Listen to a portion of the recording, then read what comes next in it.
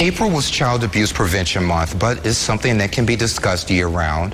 And joining me today is Walt McKinley. He's the author of a new book, Monster in My House. It's a true story of extremely shocking abuse and a child's fight to stay alive. Walt, thank you so much for joining me today. Sean, thanks for having me on. I appreciate it. You're a retired naval intelligence officer, a former Fortune 300 executive, and of course a proud father and husband. But looking at you today, you will never know that you went through some traumatic experiences in your life. That's correct. Yes, and I wrote my book to teach people your history doesn't define your legacy, and where you start doesn't have to be where you finish in life. Yeah, so tell me a little bit about your backstory. So I moved 14 times in the first 16 years of my childhood, being horrifically abused by every adult I came into contact with, parents, foster parents. It didn't matter who I came into contact with until I was 16 and testified against my father in court. And I tell this story to show people you have to face the mental health issues that come along with abuse, but you can find true life happiness if you're willing to face those traumas that you've been through.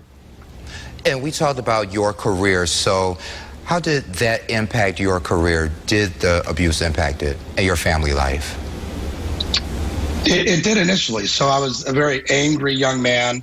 When I went in the Navy, I went into there because there was no opportunities in my hometown, and I just needed to create the life that I knew that I deserved, but I didn't know how to get. And so although I still had to work through a lot of the traumas to get rid of that pain and that anger I was holding on to, the military did give me the opportunity and the structure in which to thrive in. And a lot of folks say that forgiveness is a part of overcoming any obstacles. Do you feel that way as well? Forgiveness personally for me was one of the hardest things, but the reality is hurt people hurt other people. Generational abuse happens 78% of the time within families because nobody talks about it. And I knew that pain and anger I was hanging on to, I had to let go of that somehow. And I found that through forgiveness because all my abusers were abused themselves. But really, it wasn't about them. It was about me letting go of the pain that I was hanging on to. Once I did that, it was like drowning my entire life and coming up for my first breath of air. So how are you now? Do you get any nightmares at night thinking about your past? I don't. I really turned and faced the trauma that doesn't get tired. It will chase you. It will find you. At some point in your life, you have to turn and face it. And I did that. And so my trauma actually empowers not only me to live the best, most fulfilled life I can, but it empowers me to go out and help other people gain the belief that they can also do the same thing. So do you think it's the power of a person's testimony to be able to get them through what they're going through? Because some people are abused now and they may need some help to conquer their problems.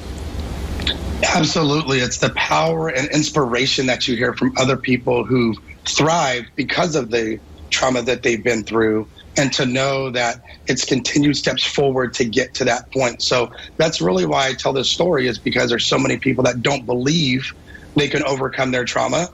And that's why I try to breathe life and belief into their soul so that they can do that work that they need to do.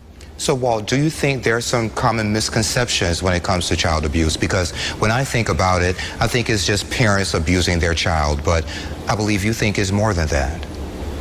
It is. The reality, unfortunately, is it could be any adult in that child's life. I talked a few minutes ago about 78% of all abuse is generational.